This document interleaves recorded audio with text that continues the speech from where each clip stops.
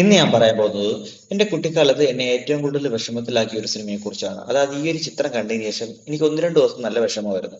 അത് 1985 silver star Stallone നടിച്ച Rambo first blood part 2 ആയിരുന്നു. നമുക്കറിയാം നമ്മുടെ മമ്മൂട്ടിയെ മോഹൻലാലിനെയും പോലെയായിരുന്നു ആ കാലഘട്ടത്തിൽ 90s കിഡ്സിൽ ആർണോൾഡ് ഷ്വാസ്നഗറിനെയും അത് കണക്കുന്ന സിൽവർ സ്റ്റാർ സ്റ്റാലിയോനെയും കണ്ടിരുന്നത്. അതുകൊണ്ട് തന്നെ ഈ റാംബോ ഫസ്റ്റ് ബ്ലഡ് എന്ന് പറയുന്ന ആ കാലഘട്ടത്തിൽ ഒരുവിധപ്പെട്ട എല്ലാ 90s കിഡ്സും കാണാൻ സാധ്യതയുള്ള ഒരു ചിത്രമാണ്. ഈ ചിത്രത്തിന്റെ ഇതിവൃത്തം എന്ന് പറഞ്ഞാൽ US ഒരു ആർമി ഓഫീസർ ആയിട്ടുള്ള റാംബോ എന്ന് പറയുന്ന ആള്, ജോൺ റാംബോ എന്ന് പറയുന്ന ആള് വിയറ്റ്നാമിലെ US കുറെ യുദ്ധ തടവുകാരെ രക്ഷിക്കാൻ പോകുന്നതുമായിട്ട് ബന്ധപ്പെട്ടുകയാണ്.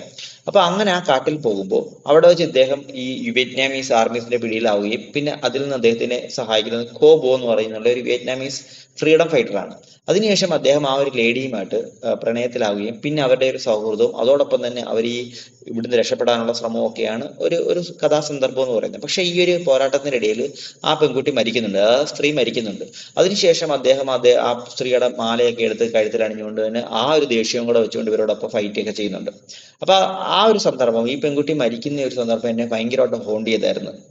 അതിന്റെ കാര്യം എന്താണെന്നൊന്നും അറിയത്തില്ല. പക്ഷെ ഒരുപക്ഷെ ആ ഇമോഷണലി അത്രത്തോളം കൺവേ ചെയ്യാൻ പറ്റിയോണ്ടായിരിക്കും ആ ഒരു കാലഘട്ടത്തിൽ. ഞാൻ മൂന്നിലോ നാലിലോ പഠിക്കുമ്പോഴാണ് ചിത്രം കണ്ടത്.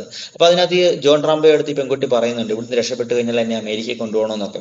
അപ്പൊ അതുകൊണ്ട് തന്നെ ഈ ഒരു പെൺകുട്ടിയുടെ മരണം എന്നെ നല്ല രീതിയിൽ ഹോണ്ട് ചെയ്തായിരുന്നു. ഒന്ന് രണ്ട് ദിവസത്തേക്ക് അയ്യോ ആ പെൺകുട്ടിക്ക് ഇത് കണക്ക് തന്നെ പോകാൻ പറ്റിയില്ലല്ലോ, രക്ഷപ്പെടാൻ പറ്റിയില്ലല്ലോ എന്നൊക്കെ ഉള്ള ചിന്തയില്.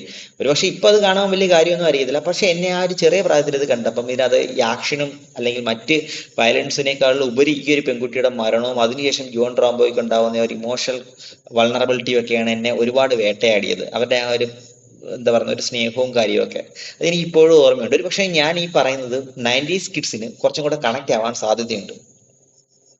എന്നിരുന്നാലും ഇത് നല്ലൊരു എക്സ്പീരിയൻസ് ആയിരുന്നു. ഞാൻ ഈ പറഞ്ഞ കണക്ക് രണ്ടിലോ മൂന്നിലോ കൊണ്ട് പഠിക്കുമ്പോഴേ ഈ ചിത്രം കണ്ടത്. പക്ഷെ എനിക്ക് ഇപ്പോഴും അന്ന് കണ്ട ആ ഒരു ചിത്രത്തിന്റെ ഒരു ഇമ്പാക്ട് ഇപ്പോഴും എനിക്ക് അറിയാൻ പറ്റുന്നുണ്ട്. അത് പിന്നെ ഈ പറഞ്ഞ കണക്ക് ബാല്യത്തിലേക്ക് തിരിച്ചു കൊണ്ടുപോകാൻ കാരണമാക്കുന്ന ഒരു ചിത്രം കൂടെയാണ് ഈ റാംബോ ഫസ്റ്റ് ബ്ലഡ് പാർട്ട് 2 എന്ന് പറയുന്നത്.